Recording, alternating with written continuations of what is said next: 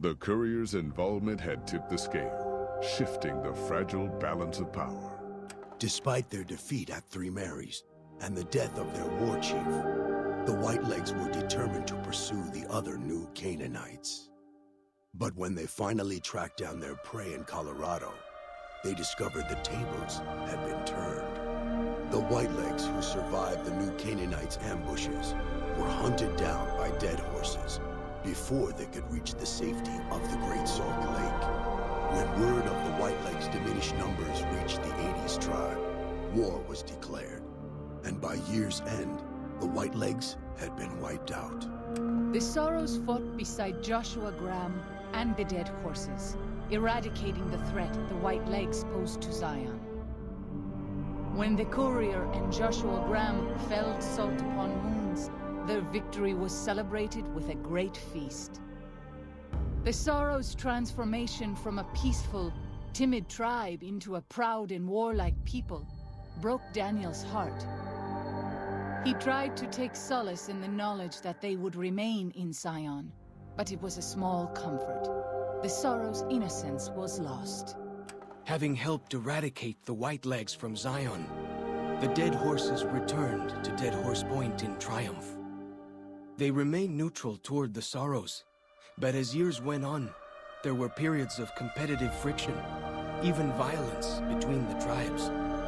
The new Canaanites, Daniel especially, intervened regularly as mediators, but found it difficult to reconcile the tribes' conflicts.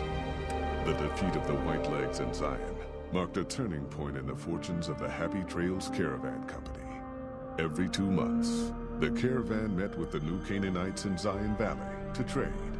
Happy Trails soon returned to prosperity.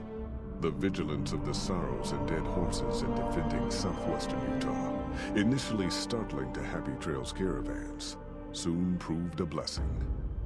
The tribes united against the 80s, driving them back from Highway 50, and thus opening yet another trading route for Happy Trails caravans. Follows Chalk took the courier's words to heart and decided the big cities of the Mojave Wasteland and NCR were best left unexplored. Though he sometimes dreamed of distant lands, he continued to support his family at Dead Horse Point. And eventually, his wanderlust faded. Though the courier had stopped Joshua Graham from executing Salt upon Moons, the war chief still fell in battle. The Whitelegs defeated at Three Marys. Joshua led the Sorrows and dead horses in tending to their comrades and burning the corpses of their foes. He continued to advocate militant opposition to the enemies of New Canaan and showed little quarter to those he fought. And yet he was changed. He no longer reveled in the brutality and cruelty for which he had been known in his former life. His inner demons, if not extinguished, were at the least appeased. For years after the defeat of the Whitelegs, Daniel did his best to minister to the Sorrows' spiritual needs. Try as he might, he could not hold back the tribe's increasing militancy and reverence of Joshua Graham. Demoralized, he returned to his family and Dead Horse Point. His failures haunted him for the rest of his days.